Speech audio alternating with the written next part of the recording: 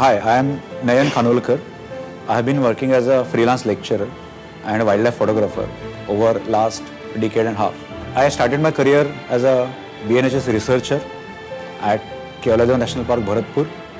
And while doing research, I realized that there were many special moments in the field, rare wildlife behavioral things, which a normal person wouldn't have seen. So, wildlife photography started as an extension of my research activity. So, I started capturing those moments and started sharing it with my friends. So, this is how it all started.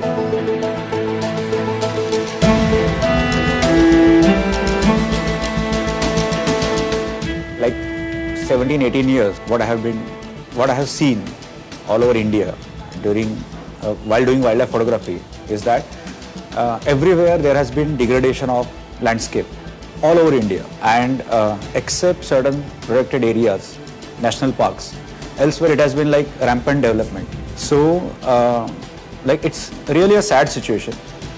We are just giving priority to development, least bothered about environment, ecological aspects. I mean, everywhere economics is gaining over ecology. So it has been like that. So yes, but still I must say that there are still certain areas where good wildlife is left. It is like how it must have been 200 years ago. So people can visit there, see that real beauty of India and witness special wildlife of tropical area.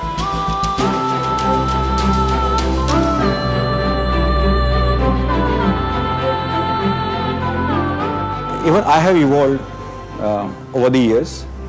It started as a research documentation, then I became more ambitious, started paying more attention to composition and action shots and all, then gradually evolved into like lighting and other aspects of photography.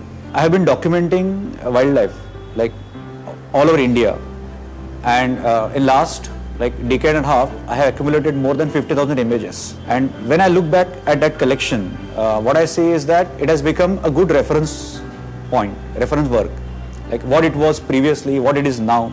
For a layman, it is like when you take good pictures, it inspires others. They become aware of country's wildlife. So wildlife photography helps in that also. So documentation, inspiring people, making them aware of India's wildlife, educating them, helping policymakers to plan policies everywhere. And yes, it gives you personal pleasure. As an artist, you can always put your thoughts in your images and take good pictures. When I used to do research, it was like I used to target a particular species. Then I used to identify a special location for that, set up my hide over there, and then in the hide I used to sit for hours and observe the behavior.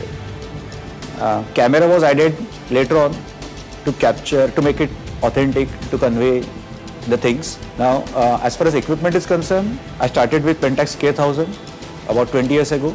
I started feeling that my exposure was giving me troubles, and honestly speaking, I wanted to pay more attention to moment, behavior, rather than giving attention to technical part.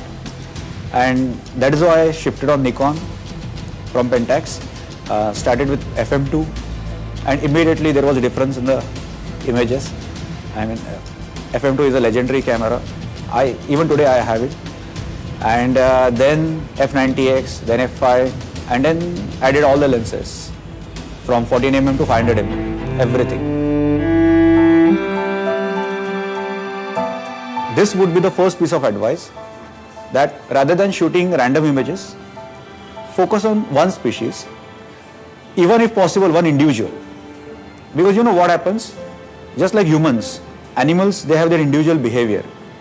So when you become familiar with an individual, it helps you to take better images. Second piece of advice would be, rather than taking pretty pictures, you should try to convey a story. I mean, storytelling images. Finally, I would like to put one point across. While doing photography, in the protected areas especially, what I've seen is people, photographers, they take cameras, they go in the field, they are in hurry, whenever there is a sighting of an animal, they just tend to press it and get the shot and put the camera on multi-burst, get the pictures and come out. That is not a proper way of doing the things. I mean, there has to be some ethics.